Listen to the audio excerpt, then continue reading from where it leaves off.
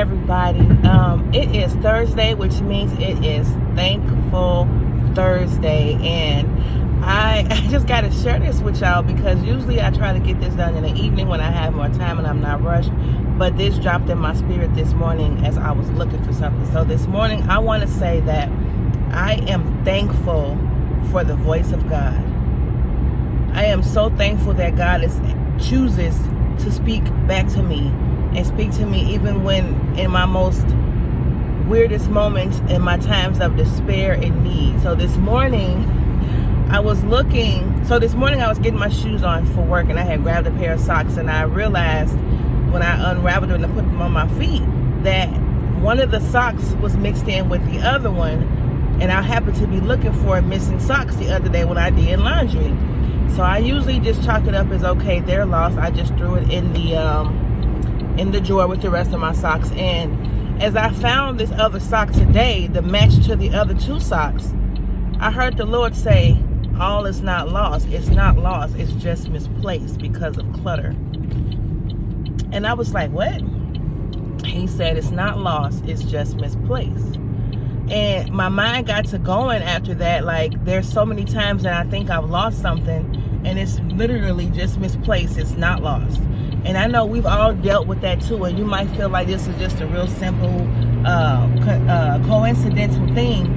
But God makes no mistakes, and God is not a God of coincidence. So sometimes you can look high and low for something, and you've looked in places and you didn't find it. And then when you stop looking for it, it finds you, or you run across it, or you find it.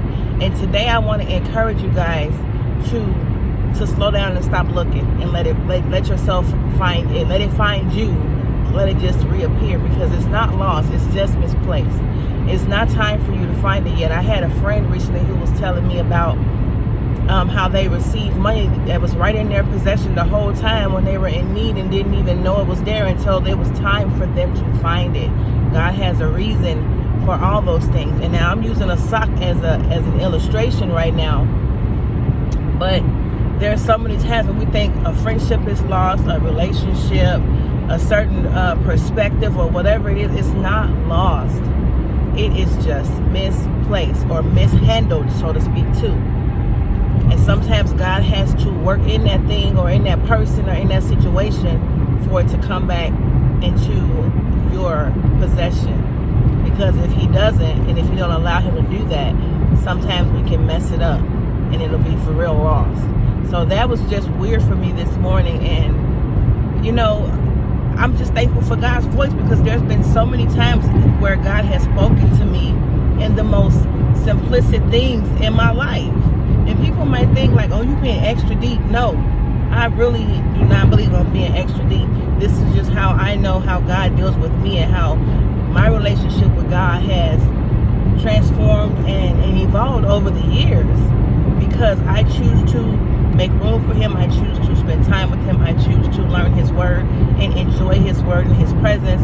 And the more that I find myself doing that, the more I find God's instruction just dropping in my mind, or hearing his voice in my ears, or instructing me and guiding me on what to do and what not to do, what to say and what not to say, where to go and what not to go, where not to go. So I am just grateful that God chooses to speak to me, because I was reading, I think it's in the book of Malachi, and this was brought up, I had brought this up recently, where there was a time period where between Malachi and the New Testament, God was silent. For 400 years, God was silent. And when we were in class many years ago talking about this very subject, it made me feel some kind of way. I'm like, I don't know what I would do if God was silent on me for 400 years, let alone a day. Like, I can't go a day without hearing from God. Like, I need to hear his voice. I need to feel his presence. And I know that there's times that God will be silent because he wants us to be like a parent with their child. He wants us to mature and grow in certain areas to where we not necessarily not need him, that we know how to handle things because we have him already. So sometimes he'll be silent and let us figure it out, but he's with us the whole time. But in this book, this particular situation, it said that God was silent for 400 years between the Old Testament and the New Testament. The end of the Old to the beginning of the New, God was silent.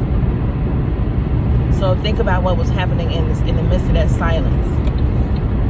I really thought about that after the fact, like,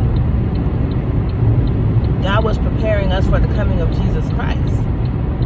He was making room and making way for what was to come.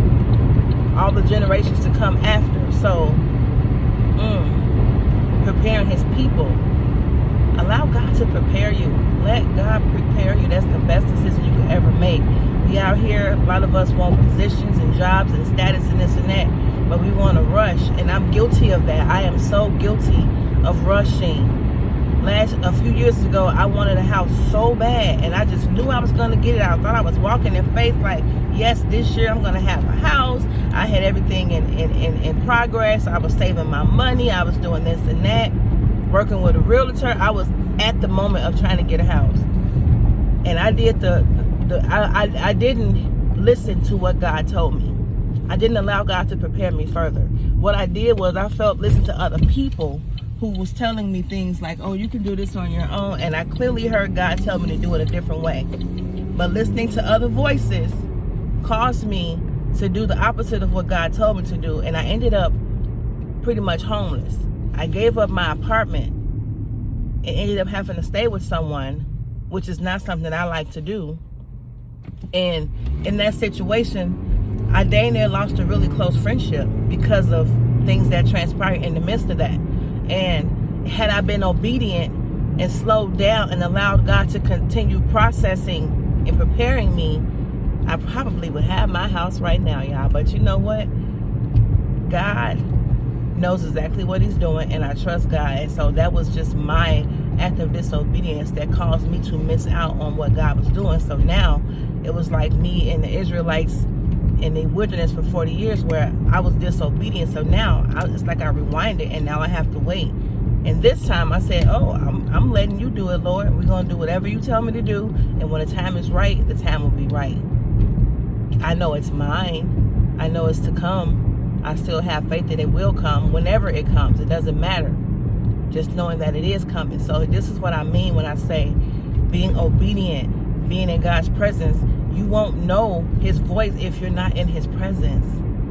You won't know who God is to you and for you if you don't spend time with him. If you don't start to find time to make room for God, meaning being in his presence, being his word, asking questions. God, what does this mean? Working towards being better and taking care with how you treat people, with how you manage your character, and how you interact with other people. It matters.